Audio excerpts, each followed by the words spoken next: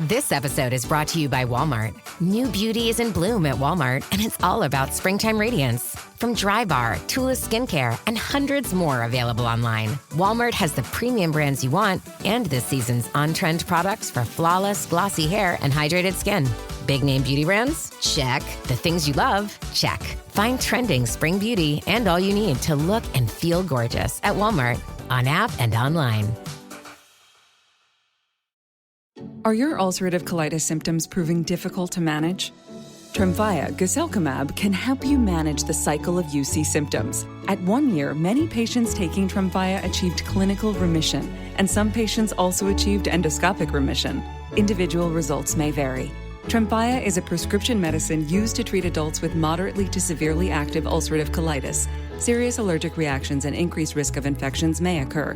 Before treatment, your doctor should check you for infections and TB. Tell your doctor if you have an infection, flu-like symptoms, or if you need a vaccine. Ask your doctor if Tremfya can help you manage the cycle of UC symptoms. Call 1-800-526-7736 to learn more, or visit tremfyaradio.com.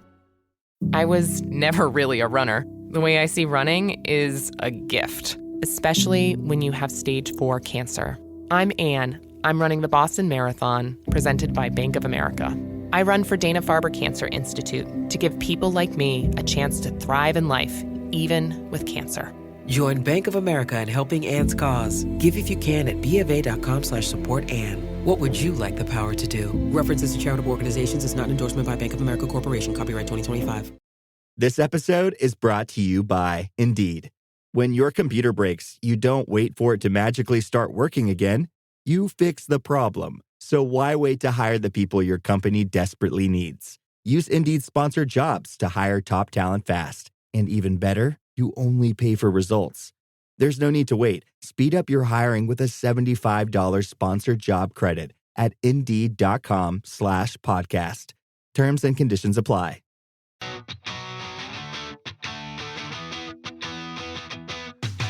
Welcome back to Rams Up, your favorite LA Rams podcast. We're part of the Fans First Sports Network. You can follow us on our YouTube channel as well, at LA Rams Up. I'm your host, Mark. I'll be joined often by my football guru, Ian, along with a bunch of other friends of the show on occasion. Let's get to it. Hey, welcome back, everybody. Mark from Rams Up here, going to get you caught up on a few things. The focus of this episode, though, is, we're a week into free agency, well, almost anyways, and a little bit has happened, right? So let's take stock of the Rams roster right now and what the Rams might do as far as free agency and the draft. We'll take a look at each position group, and then we'll hopefully come to some conclusions. I know there's some disagreement among Ram fans about what the Rams should be doing moving forward, what positions need the most help, and so on. So we'll get into that. Before we get into that, though, it's episode 686 on the podcast. So let's talk about a player who wore number 86. And I'm going to talk about a tight end. And let me look at my cheat sheet here, make sure I pronounce this right. Tight end Brandon Humanawanoi. That's right. A tight end out of Torrance, California, attended Narbonne High School, the University of Arizona. Now, he was not your prototypical tight end, 6'2", 295 pounds. So if you're thinking blocking was his forte, you would be correct. A 4th-round pick by the Rams in 2001, played 5 seasons for the Rams, had 66 catches for 648 yards and 6 TDs. Went on to play for 4 years for the Chargers, 1 year for the Bears. And maybe the highlight of his career, unfortunately, came against the Rams. He didn't show up in this stat sheet much, but he was a big part of the Chargers' rushing attack in one game in particular, in the blocking aspect of that running attack, and the Rams got kind of destroyed by the Chargers that day. But Brandon, the tight end out of the University of Arizona, I'm not going to try his You guys know how much I struggle with names, and this one's a doozy. And hey, in 100 episodes, maybe we'll talk about another tight end that wore number 86, Michael Humanawanoi. Came a little bit later. Two tight ends with perhaps the most difficult names to pronounce in the history of the National Football League.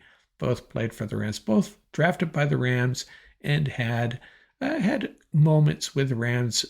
Michael went on to play for the Patriots, made his mark there, and Brandon, I think, was a little bit more productive with the Chargers than with the Rams.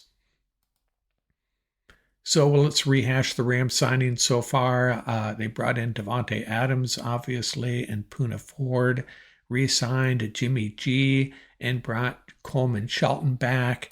And I kind of glossed over recently the addition of Tutu Atwell. And then they brought back Larrell Murchison, a defensive tackle who was really stung by injuries last year. So that's a good signing because we're still a little bit thin there. Again, just adds flexibility to the Rams' approach moving forward, especially in the draft. Not boxed into a corner. Well, in one position, they actually still are boxed in, but Murchison brought back on board. I think there will be a couple more signings, maybe not today, maybe not tomorrow, but before the NFL draft. And rehashing the Rams' unrestricted free agents, the ones that are still out there. I'm not listing on this on the YouTube channel. Got a little visual here, not listing the ones the Rams have already brought back, but moving on, Michael Hoyt, who actually is suspended for 6 games, signed by the Bills, and he had a violation of the drug enhancement program that they have, so he is out for 6 weeks. Christian Roseboom has moved on, as has Hunter Long, Bobby Brown, Demarcus Robinson with the 49ers, and Neville Gallimore and Jake Hummel also moving on. And former Rams unrestricted free agents that are still available, Akilla Witherspoon, Troy Reeder, Joe Noteboom, John Johnson, and Connor McDermott. And I think the ones that are probably most likely going to be brought back, I think, would be Witherspoon and Tyler Johnson. I'm not saying they will be. I'm not sure what the odds on that are, but I think Tyler Johnson would be a good guy to round out this receiver room. We'll talk about that position group along with all the others in a minute here. And Witherspoon. Hey, we'll talk about the cornerbacks as well. I think we're missing one key ingredient there. So let's start with the quarterbacks. We'll look at each position group, and we have Matthew Stafford, Jimmy G, and Stetson Bennett pretty squared away there. Is Stetson Bennett the answer as far as our future quarterback? Probably not. Jimmy G provides the stability as far as from a backup perspective. And then Matthew Stafford's solid, of course. And so we have to consider what is the Rams' plans moving forward for the next Matthew Stafford, our next starting quarterback in 2026 or 2027, whenever that may come. Is it going to be this year or next that they make a move on their future quarterback?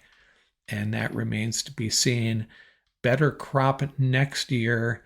And I think that's what the Rams will do. But if there's a guy that they like, and there's a couple of good ones that could be there in the 3rd, 4th round, they could make a move on a quarterback this year. I'm betting against it, but it's entirely possible. But as far as this year goes, no need as far as this group goes this year, that's for sure. Feel pretty good about it. And is Stetson Bennett going to be on this roster, come opening day? Possibly not. But if he's our 3rd guy, our emergency quarterback, I'm okay with that.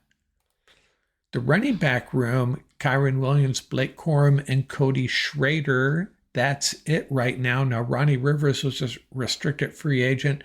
The Rams did not tender him an offer, but he will likely be back, I would guess, and that would solidify this room. I'm not sure if Cody Schrader is the answer as the 3rd running back. Need another guy for sure. It's probably going to be a veteran, but they will draft a running back. We'll talk about that at the end here. But this room, the running back room, pretty solid on the top end. Need another guy, though, whether it's Ronnie Rivers and a rookie, or probably, one of each would be my guess. The tight ends, Tyler Higbee, Colby Parkinson, and Davis Allen.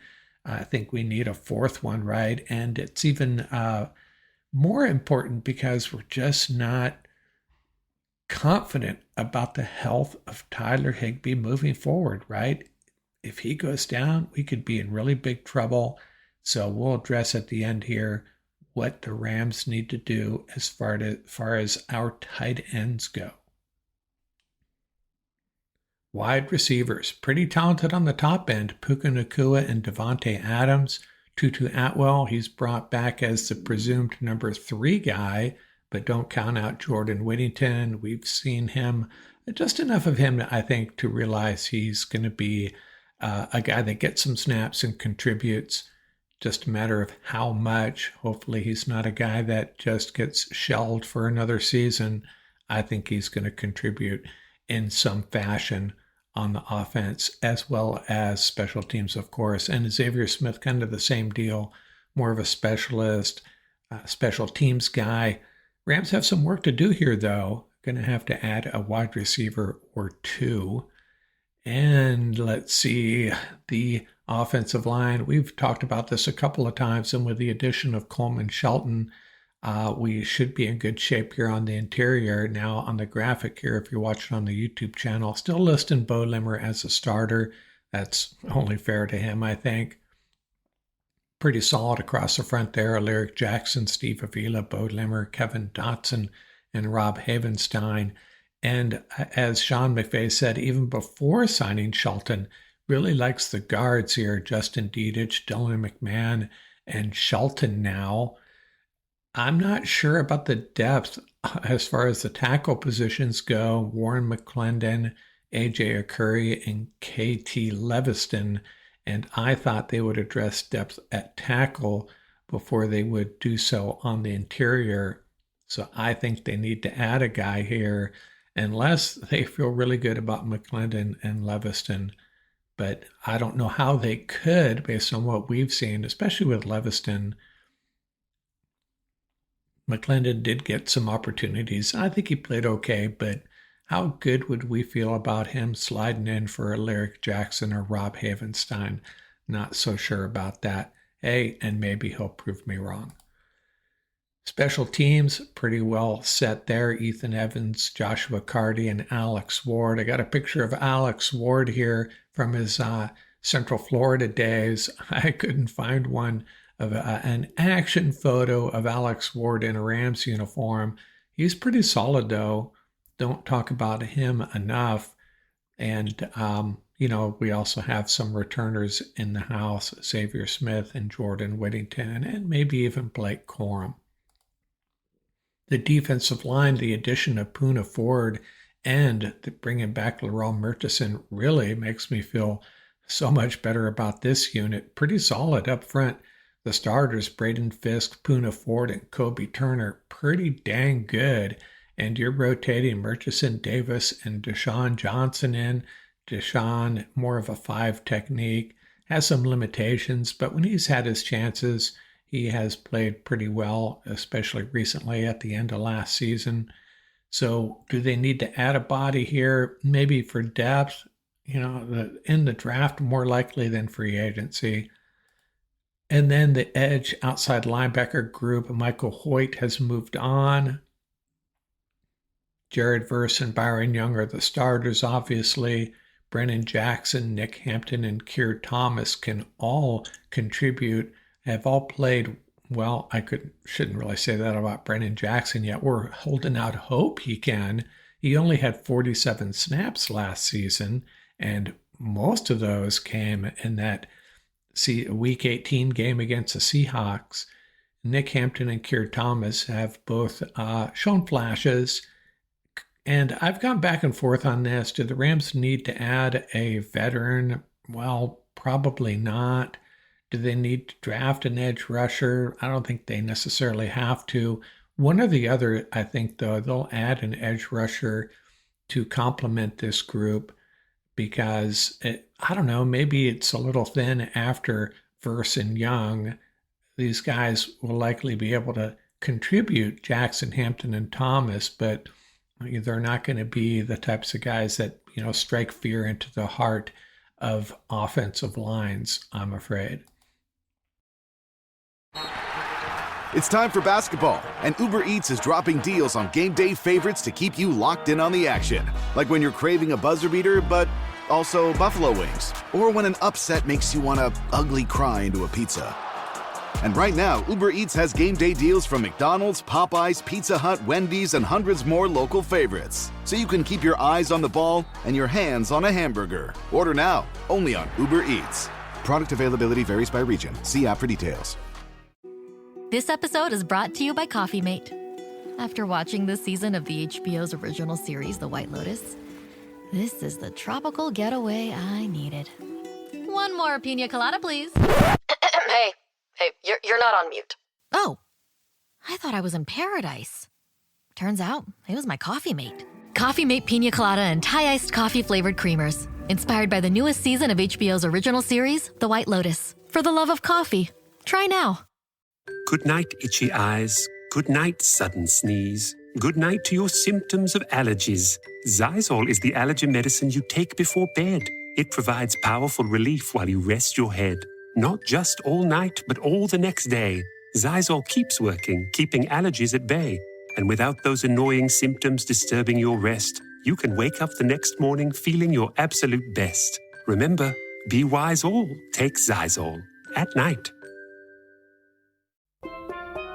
Here at the Almond Joy Factory, where tropical vibes abound, we use soft, fresh-tasting coconut. The crunchiest almonds and delicious chocolate candy. Ah, but do you know what our most important ingredient is? Sometimes you feel like a nut. Sometimes you don't. Almond Joy's got nuts and something even way better than that. Yes, Almond Joy is made with almonds and joy.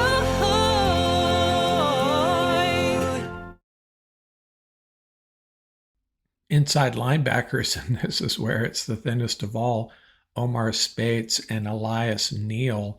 Now, Neal, an undrafted rookie in 2024, played pretty well in the Rams preseason and actually appeared in 5 games before being moved to the practice squad. So maybe he's a guy the Rams like, not as a starter, but at least for depth.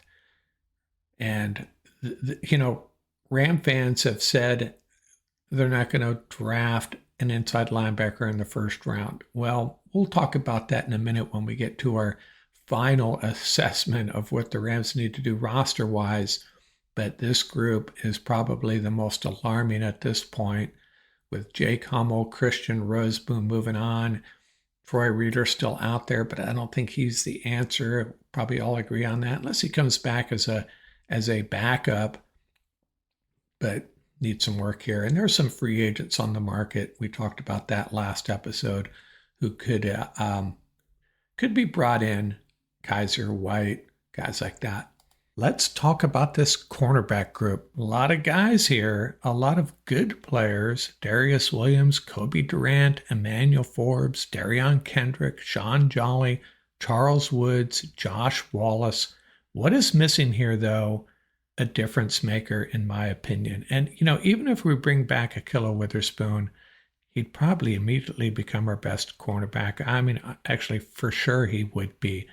But I still want more. I want better. I'd love to have an elite corner. But if we had to roll with this group on opening day, I guess I'd be okay with it. But I'd still be a little disappointed that we hadn't improved this group. And without Ahkello, I think we might be in a little bit of trouble. Need to bring back Ahkello at a minimum. If not, add a CB1 or draft one high. The safety group, kind of small right now. Cameron Curl, Cam Kinchens, Quentin Lake, Jalen McCullough. Now, these guys are very versatile, as are some of our cornerbacks. So I think it'd be a mistake to say we only have 4 guys that can play on the back end for us. But all 4 of these guys are pretty darn good players. I like the upside of Kinchens and McCullough. Quentin Lake, not given enough love for the way he plays and all the snaps he takes. And Cameron Curl proved to be a pretty steady force back there. Need to add somebody here. It could be John Johnson, a veteran, or a late draft pick. Need to find a fifth pure safety, I think. But this group's in pretty good shape overall. So let's go through each group one last time, and I'll try to assess how I think the Rams need to address a possible need here on the YouTube channel. Got a little graph here for you. For those of you listening on the podcast, audio only, I'll walk you through it. Quarterback, well, we already signed Jimmy G. We got Stetson Bennett in the house and Matthew Stafford, one of the top quarterbacks in the league. No need to bring in a free agent, that's for sure. The draft, now, there has been talk about the Rams drafting their quarterback of the future as early as this year so they can, this player, unnamed player, could, serve under Matthew Stafford's tutelage for a year or two. That could wait till next year. However, be a better draft of quarterbacks next year, better players available, but kind of a question mark. If they would draft a quarterback this year would not surprise me at all. Running back, Ronnie Rivers is still out there. Ideally, they would bring him back, check the free agent box. They will, I predict, draft a running back regardless. Wide receiver, bring back Tyler Johnson or someone like him to serve as the sixth or potentially seventh wide receiver. That would be great. I expect them to do that. I also expect them to draft a wide receiver, really good wide receiver draft. Sean McVay will not be able to help himself. Tight end, now it depends on how the Rams feel about Tyler Higbee, and we can only guess, health-wise I'm talking about, could they bring in another tight end, an experienced tight end, just in case Tyler can't go and you don't have to roll with Colby Parkinson and Davis Allen? But is there any difference makers, guys that could slide in and really fill that void? I'm not so sure. I think it's possible they bring in a free agent. I think it is pretty much a foregone conclusion they will draft a tight end. And again, a lot of good tight ends in this draft, very deep. They will draft a tight end regardless. Offensive tackle, kind of interesting. You got your two starters in place. The backups, I'm not convinced that they're going to be able to carry the load if called upon. I could see the Rams adding a free agent offensive tackle, a proven one, certainly not a top line offensive tackle, but some insurance. And I could also see them drafting an offensive tackle. Now, you could probably find your next right tackle with Rob Havenstein getting up there in years, in the third or fourth round. So I think it's possible. That's probably the biggest question mark for me. I have no idea what the Rams will do here with Alaric Jackson signed. I think that can wait for another year. They bring in a free agent next year or the year after. Interior offensive line, I don't see any point in bringing in another free agent. Pretty good group, as we discussed. I don't think the Rams, you can ever dismiss the possibility that they would draft an interior offensive lineman. No, wouldn't be a high pick, a later round pick, someone they like. Someone like Bo Limmer, they got him in the 6th round last year, was it? So could see that happening again. And on the defensive side, no more defensive line free agents required at this point. I think they're in pretty good shape. Murchison in the house, along with Poona Ford. Much like the interior offensive line, I fully expect them to draft a defensive lineman. I have it as a check, green check for sure. Starting to question that. Maybe they can pass on defensive line in the draft this year. Maybe that's more of a question mark. I kind of lean towards them doing so. It depends on how many picks they end up with. There's been rumors that they're going to, try to stockpile picks next year, trading out of some spots. And if that happens, defensive line would probably come off the board. Edge is a little bit tricky. And why is it tricky? Again, you got two really good players starting.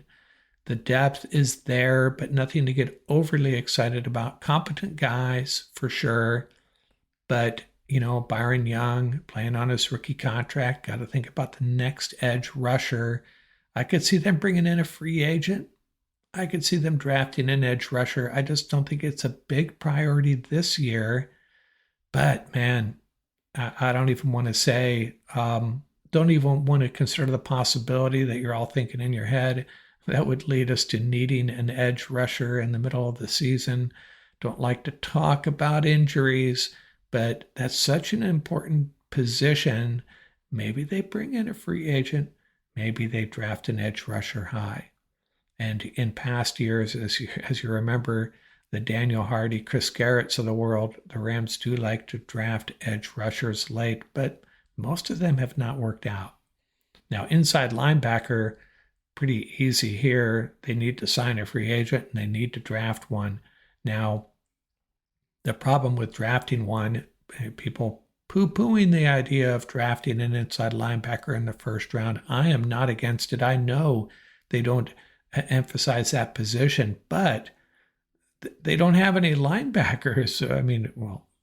Spates and Neal and maybe Tony Fields. And if you want to be sure that your draft pick is going to be able to come in and play and possibly start on day one, might need to be a first round pick, unless you can, package that, move back and, pick up a late first rounder and a second rounder. Maybe there'd be someone like Chris Paul there late in the second, potentially in the third. But they're going to draft an inside linebacker. Just a question of exactly where. The cornerback group, I'd assume they're going to bring in Witherspoon or someone similar, and I expect them to draft a cornerback, and that would be one of my favorites for going in the first round. You're thinking cornerback, wide receiver, tight end at this point, potentially inside linebacker. Got to add a top-notch cornerback. We don't need another fourth or fifth rounder. We got a bunch of guys like that. We need a CB1. Safety, they're going to have to add a safety somehow, somewhere. Ideally, again, bring back one of your own guys. We talked about running back, bring back Ronnie Rivers. We talked about cornerback, bring back Ahkello Witherspoon. And safety, hey, let's bring back John Johnson. And the Rams have been very successful drafting safeties late. I don't think it's a big need, but certainly not a priority, but I think they could very well draft a safety. Not a sure thing at all, but very possible. Special teams, I don't think they need to address anything there. Pretty squared away. So, you add up these green check marks here. What do I think they are going to draft for sure? Running back, wide receiver, tight end, defensive line, inside linebacker, and cornerback. And as I said, hedging on defensive line a little bit because our group of 6 is pretty darn good. So that's what I'm rolling with. A lot of question marks, a lot of unknowns. Free agency, I think they need to add an inside linebacker, and I think they need to add a wide receiver. Again, the wide receiver department, just bring back Tyler Johnson, a guy that knows the system. And when he had his chances, he played okay. So one last thing, Ian talked a lot about Cooper Kupp, gave him a really good goodbye episode, basically. And since then, he has signed with the Seahawks. And hey, it's worth one more time saying farewell to our friend Cooper Kupp. And on the YouTube channel here, displaying his resume. How impressive is that? Super Bowl champion, Super Bowl MVP, NFL Offensive Player of the Year, first team All-Pro in 2021, NFL Triple Crown winner that year. He was on the All-Rookie team in 2017, and in college, the FCS Player of the Decade, Offensive Player of the Year in the FCS in 2015, 2-time Big Sky Offensive Player of the Year, 4-time first team FCS All-American, and some NFL records to boot. most yards from scrimmage by a wide receiver in a single season, and most receptions in a single postseason. Cooper Kupp. And, he's going to come back to town as a Seattle Seahawk. And yeah, it kind of sort of sucks a little bit, right? But you know what? We got to welcome him back to SoFi, and I know Ram fans will. I hope the best for Cooper Kupp. Who does not love this guy as a person and as a football player? It kind of sucks that he ended up with an NFC West team, but it also makes perfect sense. He's from the state of Washington, going back to his original home. Hey, he's going to miss the sunshine, but he's not going to miss the Rams because we'll see him twice a year. And I'm kind of looking forward to him coming back to SoFi. It will not ruin my memories, the great memories I have of Cooper Kupp.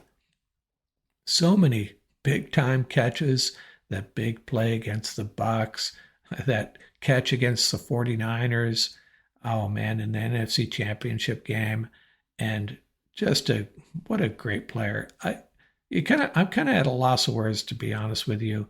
If someone asked me to tell them what is so great about Cooper Kupp, well, you know what? You got a couple hours, we can have a little talk about that.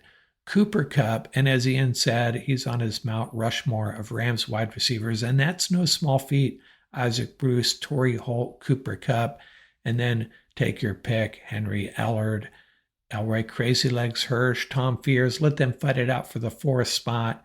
I got Cooper Kupp up there, just like Ian, with Isaac and Torrey. Man, the Rams wide receiver group is pretty impressive, and Cooper Kupp right up there with the best in his prime. What a great player. So goodbye to Cooper Kupp. Best of luck. We'll see you at SoFi sometime this season. Hopefully he stays healthy. I really am rooting for him.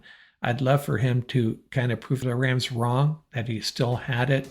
But at the same time, man, let's keep him out of the end zone at SoFi. How about that?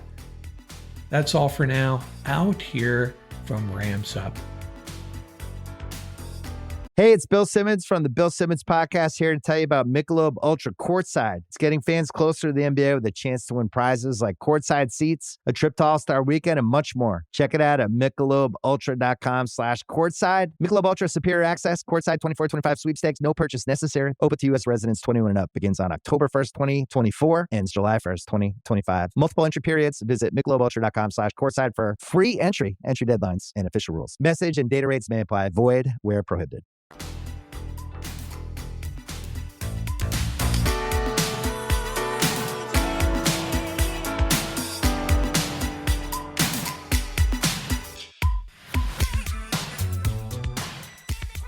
That's going to do it for this episode. Remember, you can reach us at ramsuppodcast@gmail.com. And don't forget about our YouTube channel. Our handle is at laramsup.com. Till next time, keep the horns up, stay safe, and have fun out there.